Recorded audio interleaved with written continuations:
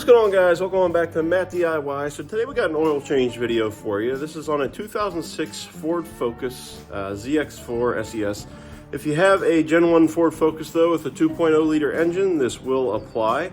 So if that's yours, follow along here. We'll show you how to change your oil. All right, guys. So before we go ahead and dive into it, I wanted to show you what you're going to need for the job. So first thing obviously is oil. Now this car recommends a synthetic blend 5W20 from the factory, but I've recently switched all my cars to just full synthetic because it's not that much more expensive. So I went ahead and picked up the full synthetic, just regular Walmart here, 5W20. You can also get this online. I have a link down below of something that will work. Also going to need an oil filter. This one is the Bosch 3330. This is compatible with the Ford Focus here. I will also link one of these down below. It might not be the Bosch, but it'll be something of similar quality. You're also going to need a socket wrench with a 13mm socket on there for the drain bolt nut. You may or may not need a pair of channel locks.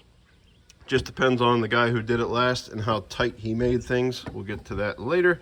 And then a rag to wipe up spills and whatnot. And then a set of ramps, because you can't get under this car. I thought a set of ramps, so we got those underneath the car already.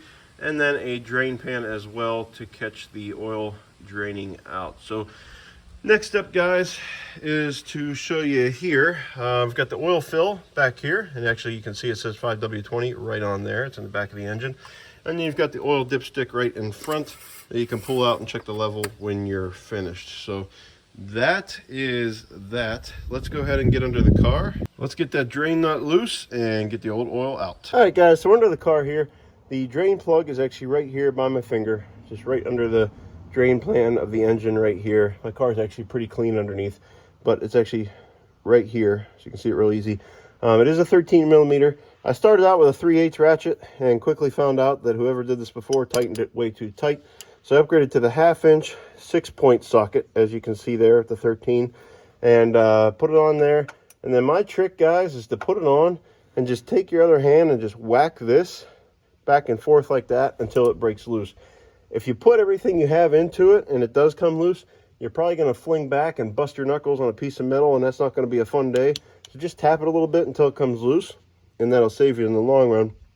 Also, do not just keep trying to untighten it with a drill or something like that, or something with high power, because chances are you're going to round off this nut. And also, don't keep trying with a socket that's a 13-point or more. Make sure it's a 6-point. That way you got a good hold on the bolt. It'll come off easy, and it'll save you some hassle, because if you round this off, you're going to have a really bad day. So anyways, guys, I went ahead and broke mine loose, and it's actually being just a touch difficult, so we'll just get it there. And I'm going to get my drain pan in order, and then just go ahead and take the drain plug right out.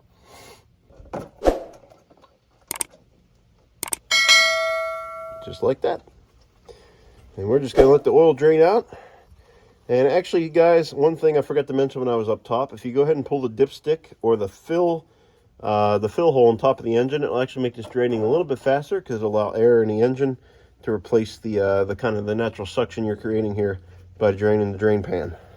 Okay, folks, so the oil is about done draining there. We've got just a small drip left, so we're going to go ahead and put the drain plug back in.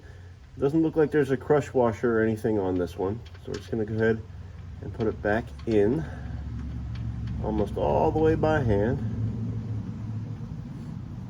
All right, take a rag, let's wipe up any residual, then we're going to push the pan out of the way. Grab the socket wrench.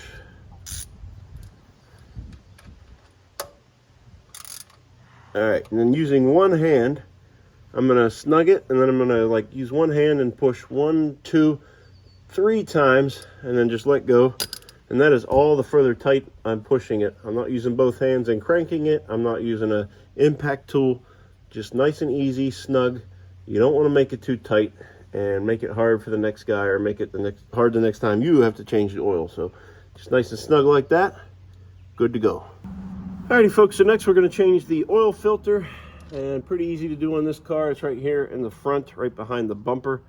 And I'm going to try to get you the best view I can, and also still get the drain pan in here as well. There we go. All right, so Mine actually came loose by hand, but if not, this is where the channel locks come in. So you can get a pair of channel locks, grab onto the oil filter, and like this, and just turn it like that if it's too tight to get by hand. But mine was coming by hand, so I'm just going to get it the rest of the way by hand, and basically just have to spin it off. And this can get messy, so have your rag nearby to clean yourself up once you get it off.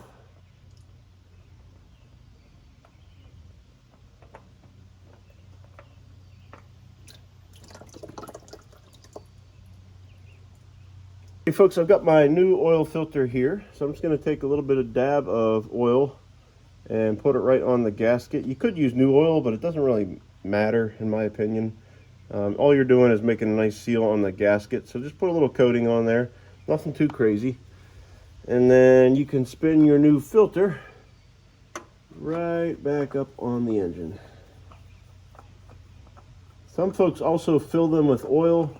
Again, same thing, it's going to get oil in it as soon as you start up the car anyway, so I do not see the need to fill the filter with oil. You're just going to turn it on there, nice and snug. And then one key point here as well is, again, don't make it too tight, so just spin it on there until you get it with one hand, and you can't turn it anymore. That's probably good enough. You don't need to crank it with the channel locks or anything like that, just snug with your hand. Alrighty folks, and the fun and easy part here is just filling it back up with oil. So I'm going to go ahead and remove the cap.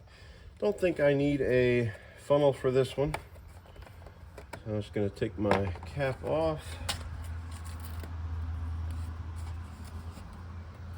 And just get in here and make sure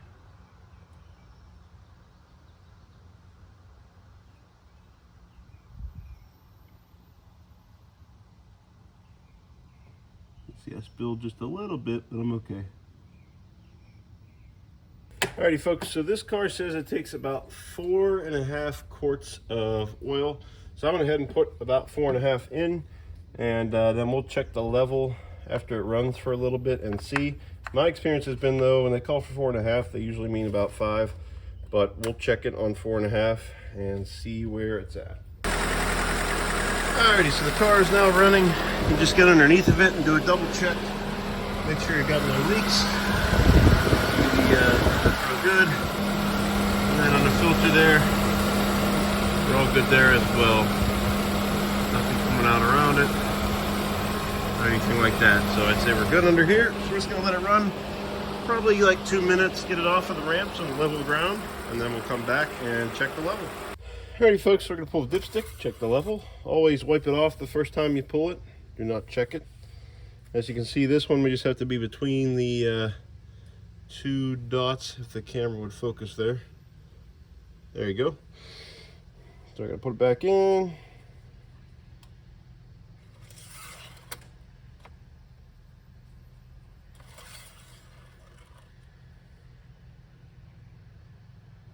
And it looks like actually right between the two dots.